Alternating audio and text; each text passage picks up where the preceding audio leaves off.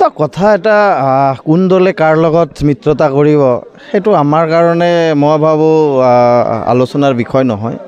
হয় যদি BPF আৰু UPPL একত্ৰিত হ'ব পাৰে মই ভাবোঁ BTCৰ কাৰণে এটা শুভ লক্ষণ হ'ব কিন্তু BJPৰ কাৰণে কিবা এটা হ'ব বুলি ক্ষতি হ'ব বুলি মই নাভাবোঁ BJPৰ যিসকল কাৰ্যকৰ্তা আছে BJP যিসকলে ছাপোৰ্ট কৰে আন্তৰিকভাৱে যিসকলে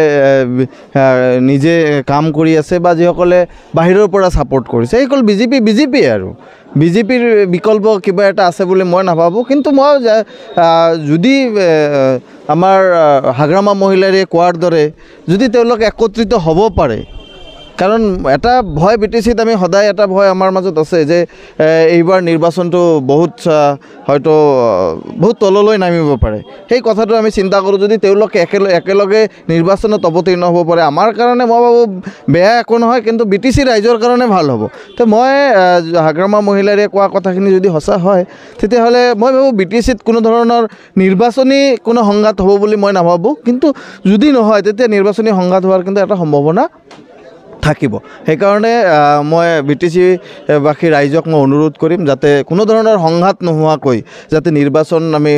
পাৰ কৰিব পাৰোঁ তাৰ কাৰণে মই সকলোকে অনুৰোধ কৰিম আৰু আমাৰ ৰাজ্যিক নেতৃত্বই বা আমাৰ মাননীয় মুখ্যমন্ত্ৰী ডাঙৰীয়া যথেষ্ট নজৰ ৰাখিছে BTR নিৰ্বাচনলৈ আৰু BTR নিৰ্বাচনত আমাক যিধৰণে মাৰ্গদৰ্শন দিছে মুখ্যমন্ত্ৰী ডাঙৰীয়া আৰু ৰাজ্যিক সভাপতি দিলীপ শইকীয়া ডাঙৰীয়া ইতিমধ্যে আমাৰ মাজত থুৰিবাৰীৰ তত্ত্বাৱধায়ক হিচাপে আছিলে সুভাষ দত্ত ডাঙৰীয়া আপোনালোকৰ মাজত আছিলে তেওঁক আজি আমাৰ ৰাজ্যিক সমিতিৰ OBC মোৰ্চাৰ সভাপতি হিচাপেও নিযুক্তি দিয়া হৈছে ঠিক তেনেকৈ আমাৰ নৱৰণ মেধি আছে আমাৰ তেওঁকো HC মোৰ্চাৰ ৰাজ্যিক সমিতিৰ সভাপতি হিচাপে দায়িত্ব দিয়া হৈছে আমাৰ ইয়াতে প্ৰায় 7জনকৈ চিৰাং জিলাত 7টা সমষ্টি আৰু 7টা সমষ্টিতে ইয়াতে তত্ত্বাৱধায়ক দিয়া হৈছে তেওঁলোকে কাম কৰি আছে আৰু নিশ্চয়কৈ আমাৰ ভাল ৰিজাল্ট হ'ব বুলি আমি আশাবাদী